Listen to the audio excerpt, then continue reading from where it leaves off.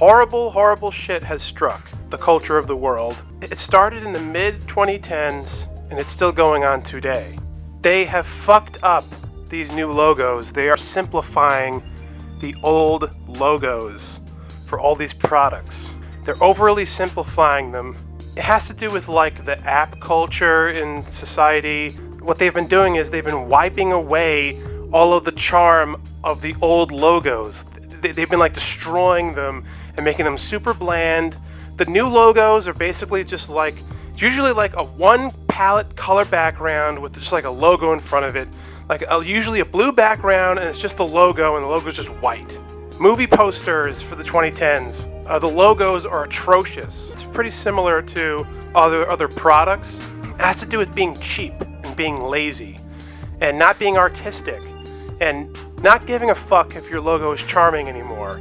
They underestimate people and don't give a fuck about all these group of people back in the day that designed the logos for these companies that put a lot of attention and detail into what the logos are going to look like when they first created them. And the people who made them, the original artists or whatever, they're disrespecting them and the company by doing all this shit. And there's like 10 million examples of this, and it's become even more rampant in the 2020s now. This is a disaster. This is a big problem. I know it seems like a small thing, but if it's 5 or 10 years from now, and you go into a supermarket, and every fucking food product, all of the charm is gone from the boxes. Every movie you see, every movie poster you see is extremely bland and has just a white text font logo. Every movie company just has just like a black screen with white text of the company's name. Same thing with video game logos, just stuff everywhere. If we have a future like that they keep trying to make now, they keep trying to make it now, the recent, then what that will mean for our culture is that, well, we don't really give a shit about art. We're just all just brainless zombie consumers. And we don't give a fuck how the logo looks. We don't give a fuck if it's charming. We don't care if it makes us feel good. We just want to buy the product. That kind of mentality, it'll influence people. It'll make people forget, like, oh yeah, we used to have charming looking logos. Yeah, that's right. The same thing with actually TV commercials. I remember back in the day, TV commercials used to be, some of them used to be really good. Like the M&M's commercials, or even ads for like shit that you don't give a fuck about, like insurance. Some of them were actually good and funny. That's right. I know it's hard for you younger generation to realize this, but in the 80s, 90s, and the 2000s, we actually used to have funny commercials. When you were watching your TV show and then you had to sit through the commercials, sometimes you would look forward to seeing that other commercial again that you thought was charming. And they had some decent music in those commercials too. And ever since the fucking 2010s, all these companies just completely gave up. They just were like, here's the product. Like zero effort and zero creativity, well, barely any creativity, is put into these new fucking commercials. Just like the commercials, now it's happening to the logos. Now the logos are getting infected by this whole capitalism, sucking everything dry of being humble and charming looking, giving you the kind of warm fuzzy feeling of being at your grandma's house or something, where there's just something about a good looking logo that says to someone, this company is special. They have integrity. They are a gold standard. It's cool. That's cool to have it look like that and for it to give you that kind of feeling. It could be inspiring, possibly, but it just made the world seem better to me. Like, there's a lot of people that are depressed. So for some people, going to, say, the supermarket to buy one of their favorite products and then to maybe, look at that logo a couple of times on the package or the box, and you're like, oh yeah, it's a cute looking logo. It's charming. I like that. That brings like a little smile to some people's faces. But if you're gonna have a fucking future where all the charm is gone, then you're basically just like, here sheep, buy some pasta, buy this, buy that. There you go. Do you want something nice to look at on the box? Fuck you. It's like, no, fuck you. That's horseshit. That is laziness. It is shameful, overly corporate bullshit. And just because the product is good, still, whatever it is, that doesn't give it an excuse for having a shitty logo. You could have the greatest goddamn product in the world, but if your logo looks like shit, then you're going to be contributing to people being depressed, people not being inspired, people not thinking that art is important. You're going to be contributing to all these things in society. Now this is basically me talking about what this could affect our culture down the road if these logos keep getting worse like this. It's not like this now, I guess. I mean, it is, but I'm just saying it's getting worse. And in the future, it could be a disaster for our culture. The new Warner Brothers logo. I mean, what the fuck is that? I mean, it's just blue background and white letters of WB in front. I mean, it does look cool, honestly.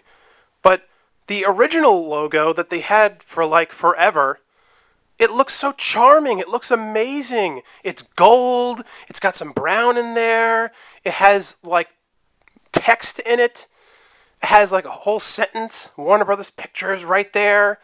And it's got blue in there, blue, yellow, brown, gold. It just looks special. I mean, and it's supposed to look like a seal. It's supposed to look like a seal that you see on like a police officer's outfit or a sheriff, like a cowboy or some shit. It's like cool and interesting. And it was the shield. And now the new logo, it looks just like a blue acorn. And it's just like, what is that? I think it's cool to try to change the Warner Brothers logo. They've always done that. But they always, even every time they did it, well, not every time, but for most of the time they did it, they tried to keep some of the essence of the original version in there. So when they did this new blue one, I thought it was cool at first, but now it's still there.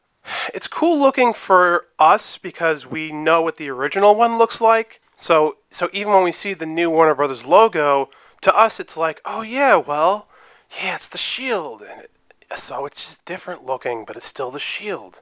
So when we see the new logo of Warner Brothers, it's like we reminisce about the old logo and what the old logo of the old movies were that Warner Brothers made.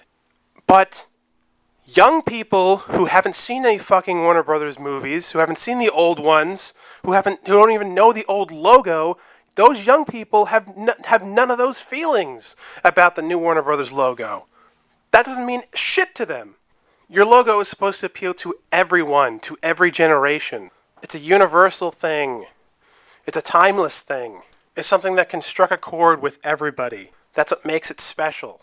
Movie company logos have been getting lazier and lazier. A lot of them are like big downgrades. This is just something that's been bothering me for a very long time now. And I'm so happy I finally got this in a video. And I hope you guys agree with me. I hope you all see the big problem that this is becoming. And especially in 2024, it's becoming a bigger problem. And it'll probably get bigger and bigger in 2025, 2026, 2027, 2028, 2029, 2030. It's going to become a bigger problem. And also, the new logos, they lack color. You know, they always have like one or two colors and then just white text or some shit. The old logos, especially, like, that's why I love the 90s guys so much. Like, you know how I always talk about the 90s? Because the 90s was like a super colorful decade. Everything had bright colors on everything. It doesn't matter. It could have been an ad for a bank, and it would have like a sunset and like orange, pink, and red, and all these colors for everything. Joe Camel with his cigarettes. I mean, just everywhere. It didn't even matter if it was an adult product or a kid's product. Like, bright colors were a theme. It was stylish. It was exciting. Bright colors mean, or just a lot of color, rather. They don't even have to be bright, but a lot of color means this is exciting. This is something to look forward to remember, to cherish. It's something to look forward to during the day. Just visualization when you're going through your day, when you're dealing with your shit and other people's shit. The 80s and 90s products had a lot of color. And then the 2000s still had color. You would still see it in stores and stuff. But then just after the 2000s, I mean, even during the late 2000s, I started noticing that they started changing the colors to stuff and making things more gray and like gritty and just like kind of murky. Like the late 2000s started changing the colors to a lot of things in pop culture. But there was still color, and then it's like the 2010s kept doing that, and like as the 2010s like went on, when the 2010s were in their swing, then you started seeing even more gray, even more dullness, even more laziness. I feel like it has to do with the government trying to manipulate people through color, through visualization. Like the government wants you to feel a certain way at a certain period of time because they're making all these plans to destroy the world. So it's like during certain windows of time, it's like they made a plan. They were like, all right, this is going to be the sunny period. This is going to be the 5 years or whatever where everything's all colorful, and the TV shows and movies you watch, the commercials and shit, they're all going to be very jovial and all that stuff, like sitcoms and all that shit. And then when something happens that's bad that they plan to have happen, then after the aftermath, they start making commercials, movies, and TV shows be depressing or very, very serious. And it's meant to try to manipulate you into thinking the culture is changing. It's changing. It's getting less happy. It's becoming more depressing. And, oh, we live in a more serious time now. Ooh, scary. It's just trying to, like, lie to you into thinking these things are true in the world, and they're not. The truth is that you create positivity in the world when you create something that's positive. If you create something that puts a smile on people's faces, you are contributing to the world in a positive manner, and you are making the world a happier and brighter place. No matter what it is. Believe me, the government and the powers that be know what they're doing, and they've been doing it on purpose to our culture. Because a lot of these companies, the government, is involved with them. Probably not completely, but you know that there's secret guys that come to their meetings and they're like, you got to do this, you got to do that. We own you, basically. Or they're either that or companies that started off humble, and then once they got more money, then they sold out to the devil, and now they're part of the government. These certain particular companies, like Disney, okay, frickin' Paramount, whatever. Anything you can frickin' think of. Nintendo. You guys need to understand that there's a lot of secret stuff that goes on behind the curtain that is not reported in articles, is not in the newspaper, is not on the news, and you would never know anything about it, and then you're just blissfully unaware that, oh, this company has changed. Oh, now it's under these people. Oh, now they have an agenda. Oh, now they're trying to affect the culture in a negative way. Oh, now I see the big picture. That's what's really going on here. So basically my rant about the logos changing these days, it actually has a deeper meaning behind it than just a preference thing. Just trying to get to the root of the problem and attack it from the inside or the outside, whatever. You know what I'm trying to say. The manipulation of the mind is not anything new. The powers that be have been trying to manipulate people for decades, for generations. They did it with smokers. They've done it with beer drinkers. They've done it with sports fans, whatever. But if you're going to do marketing, be charming about it. Be down to earth. Be human. Don't treat us like we're dogs. Don't just give us a product and don't even care about the logo for your fucking company. Anytime you see a logo that has charm, it represents humanity. It represents us at our best. It represents excellence in our society. When you see a charming looking logo, what it represents is that this product is not completely about just selling you a product. This product has a touch to it. It has a human touch to it. An element of the vast imagination of our minds as human beings, as people. But these days, the powers that be, they want everything to be digitized. They want the algorithm to create logos and movies and shit. They don't want us to think fully about everything.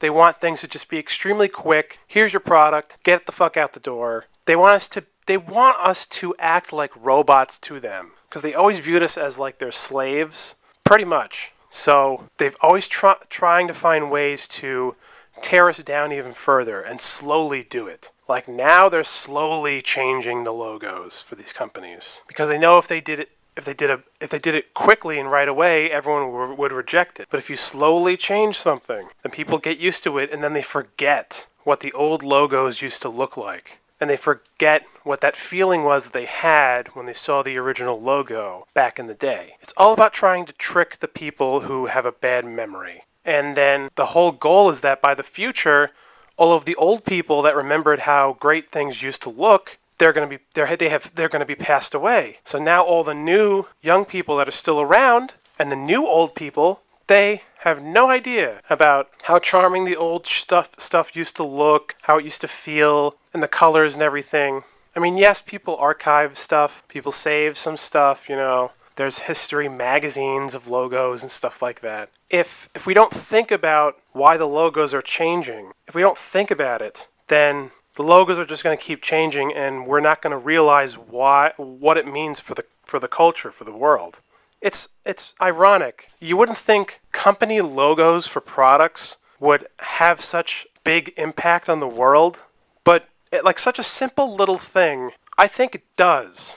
I mean, it makes me wonder if I'm over-exaggerating in this video, but it's still like this one piece to a giant puzzle of like how the world works and people manipulate people, that I'm trying to put all the puzzle pieces together. And this is a really simple concept that I think the average person can understand. So this is an excellent place to start. And it also is a great way to introduce people to conspiracy theories. Because everyone knows these logos, people have grown up with these logos. Once people notice the kind of shit I'm talking about with the logos, then they can start seeing things in movies and sports events and how things are planned and manipulated and constructed to manipulate the culture and shit like that. It all begins with a simple idea, but the whole time the idea was never simple. These logos are not... They're simple, but they're complex. Let's not allow our society to go down the drain. We should not let them turn us into robots, folks. Because I don't want to be a robot. I'm never going to be a robot. And I know that none of you guys want to be robots either. The more you reject the notion of creativity, then there's a part of you that's slowly turning into a robot. I mean, there are artsy people, and then there's people that are not artsy, and I get that. But it still affects us all, though. Always remember the old logos, and they should all still be around today.